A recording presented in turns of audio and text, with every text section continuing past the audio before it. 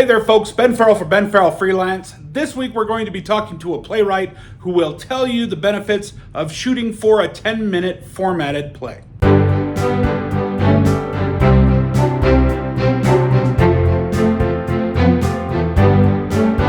Hey there, Ben Farrell for Benn Farrell Freelance. This time around, we're going to have another special guest. We're going to have John Patrick Bray, who has made a name for himself, starting with 10-minute plays, and has grown into a successful playwright, an educator, and a scholar at the University of Georgia. I met John last year at the NoCo 24 Play Festival, where we were both selected as playwrights to participate in the festival. Since then, we've connected on social media, and I've been keeping an eye on him, and he appears to be having a lot of success, especially in the 10-minute play arena, and he has some advice to give those of you who are looking at becoming a playwright and how to get started into that format specifically. So let me introduce John Patrick Bray, a playwright, educator, and a scholar at the University of Georgia. John, thanks for coming on the show and helping us out. Sure, and thank you for having me here. And what I'll do is I'll start now with just an overview. And again, keep in mind that anything that I say, are my opinions about playwriting, things that I've picked up. I've actually said the same thing on this vlog. So this is just kind of a quick, dirty overview of the 10-minute play. I've heard folks say that a play is a letter to the world. What do you want to say to the world when you write a play? Whereas a popular playwright and teacher who is unfortunately no longer with us, Maria Irene Fornes, says that for her, a play is what you whisper to your closest friend who knows you well, which is also quite lovely. But regardless, whether it's a letter to the world or something you're whispering to a friend, there's got to be some question you're wrestling with, something that incites you to write, that there's just something that's yours entirely, that you just need to get out, you need to explore, that you want folks to consider. Plays, they're complete. They have a beginning, middle, and end. It's not like tune in next week or you're streaming things on Netflix, that there has to be closure.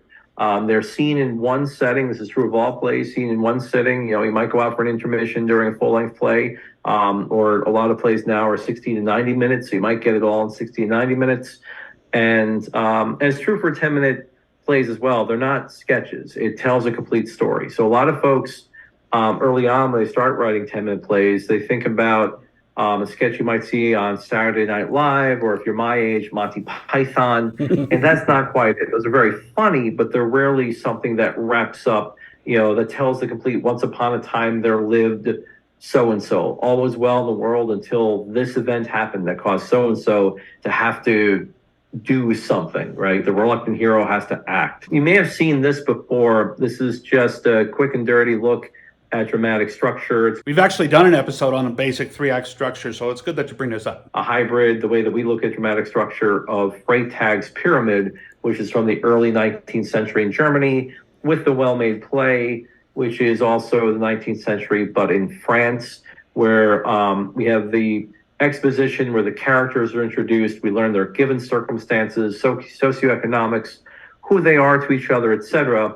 And in that introduction, there's some kind of a crisis that happens that forces the central character to act in some way. And when the central character decides to act, needs to act, that's what we call the inciting incident. And that is where, if you've ever seen Legally Blonde, just to put it into Hollywood terms, that's the moment that Elle Woods decides that she's going to go to Harvard, right? So all the exposition includes where she thinks she's going to marry Warner.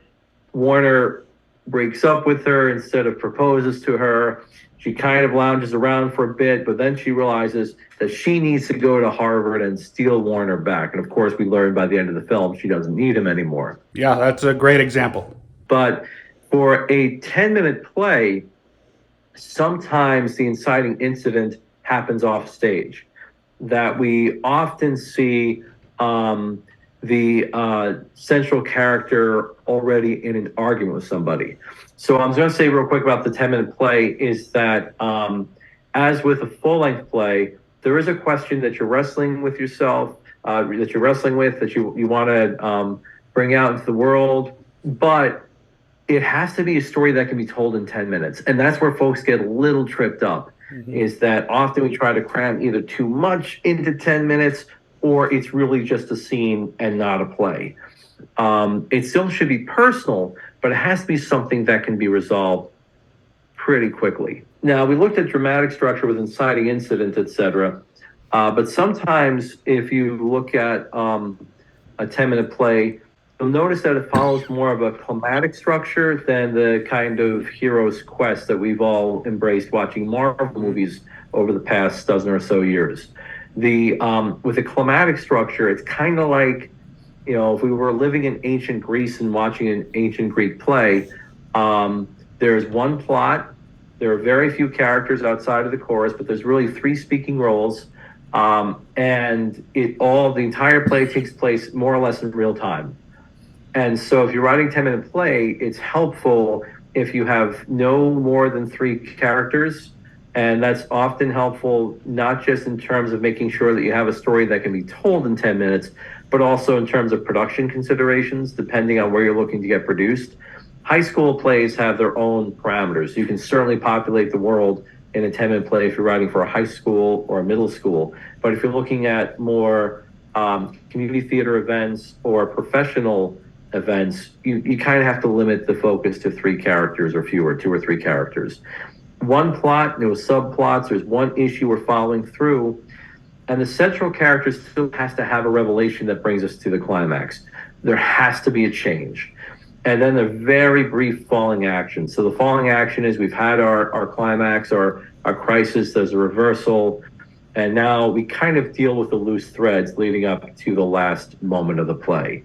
When Jeffrey Sweet talks about writing plays in his Dramatist Toolkit, he says that it's helpful if there's some reincorporation of a line, of an idea, or of an image. That's something, if you think of it as bookends, that there's something that happens at the beginning that gets bookended at the very end, so that the audience knows that this is a complete story and the story is over. And so again, the arc is essentially the same as a full-length play.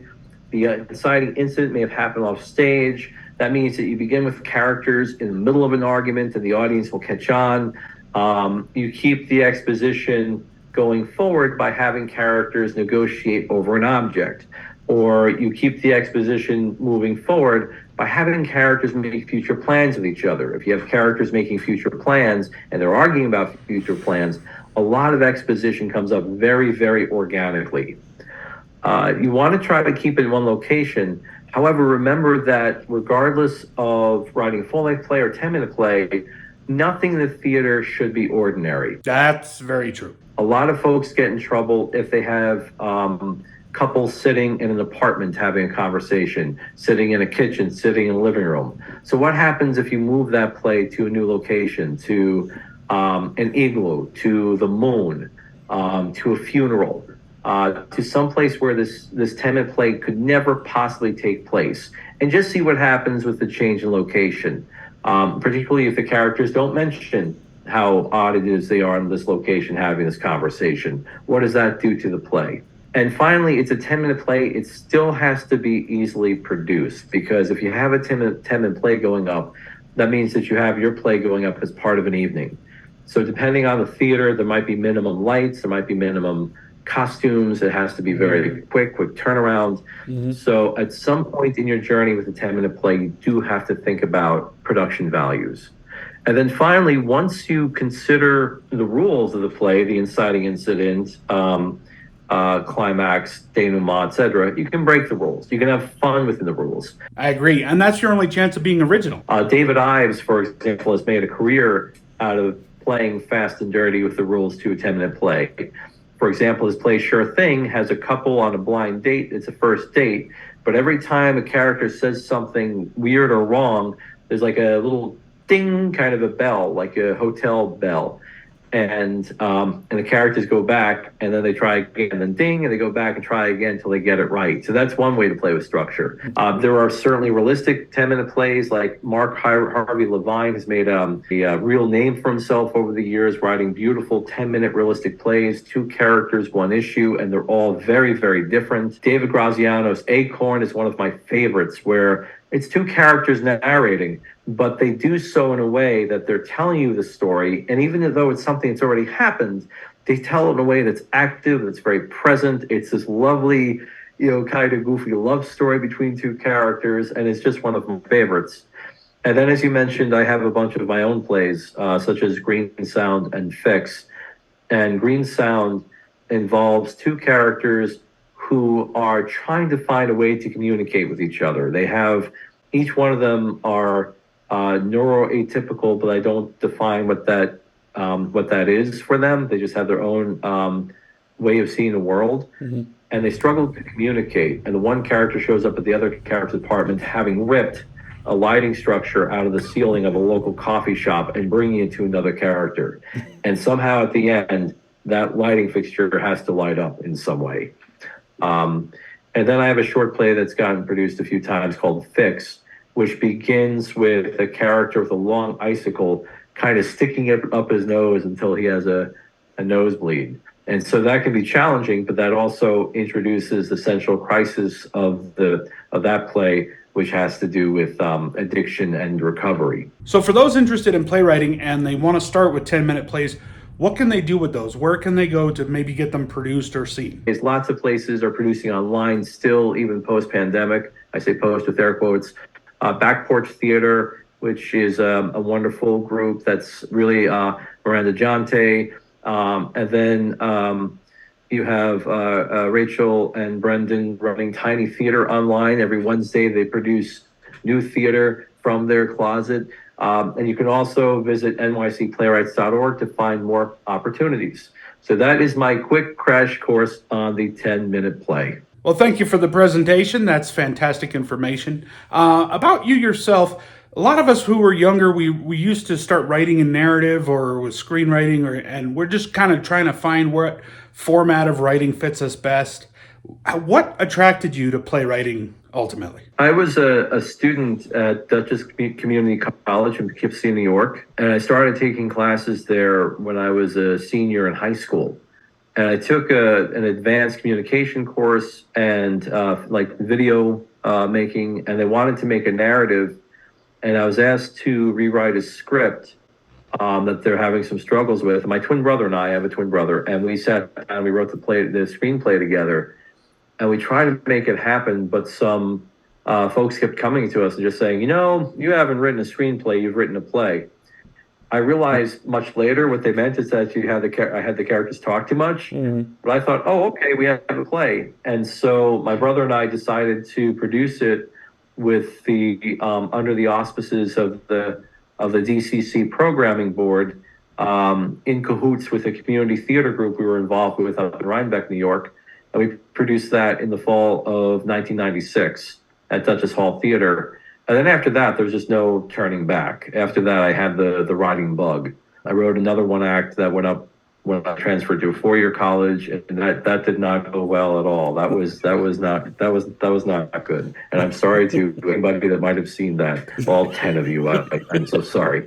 And you live, you learn. And then I just continued when I went to a 4-year school. I went to SUNY New Paltz, and there I outside the one-act play, I took some playwriting classes with a great guy named Larry Carr, and I was taking the acting classes. I was a theater major, and I just never lost the bug. And like everybody else, I get produced because of the connections I've made, but I also continue to submit my plays to competitions and wherever possible. And I've been very fortunate that some have gotten picked up. So with 10-minute plays specifically, I've done some, but generally I try and stay away from them. I try and focus on more full-length things, mostly because the 10-minute plays, I don't quite get the same charge. I don't quite feel the same way about them. What is it about 10-minute plays that you've done that you've found that actually satisfies you as a playwright? Well, I think that from like a production viewpoint, it's easier to get 10-minute plays produced in a full length. It's just easier to get them produced. But in terms of artistically satisfying, one gets to learn the characters very quickly, the world of story very quickly, and hopefully you end up leaving the audience with a lasting impression. So the 10-minute plays, I think, are just, for me, easier to get out in the world, but they are artistically satisfying. I guess the short answer, if there is a short answer, is I'm not sure if there's a difference between the artistic satisfaction I feel with a 10-minute as I do with a full length. I think they serve two different needs. That's pretty much everything I was looking to learn from you in your visit to our little vlog here. Is there anything that you would like people to know that you're working on, where they can find you, any other advice that you might have before we let you go? So I have coming up the unproducible plays being released by Next Stage Press. By the time this is aired, I'm sure that this collection will have been released. It has some 10-minute plays that I've written and some other shorter one-acts. I hope that if you have the opportunity to pick it up, that you will. You can also find me on New Play Exchange. If you have a New Play Exchange account, I brought up my play Green Sound there. So feel free to come on over. And any of my work that's not published is on New Play Exchange. And then we have a really wonderful community of writers reading each other's scripts, recommending each other's scripts. And that's been also very, very nourishing.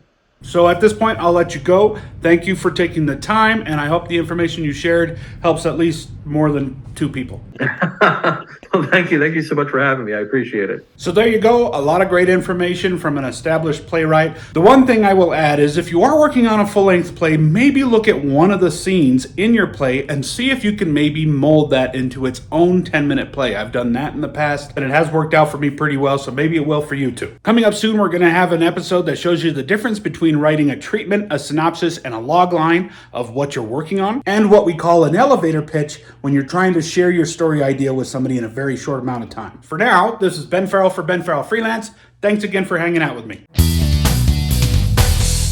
It's a new year, so it's a new contest, and it's a 6-month contest. Hey! You can't miss me. I have to be in this. Now again, we still want your 3-sentence stories about this weird photo. Yep, that was a pretty weird photo, but we still want your 3-sentence stories. And with those stories, they're going to be put into a raffle after 6 months, and you will get a chance to win a customizable jersey of Benn Farrell Freelance. Just like this one. Hey, this is my shop. So get those stories in. After 6 months, we'll do a raffle, and you could win a customizable jersey from Benn Farrell Freelance. Just make sure to send your story to benfarrellwriter@gmail.com. Or you can visit benfarrellwriter.com, hit the contact page. And stay safe and keep watching our videos. Bye!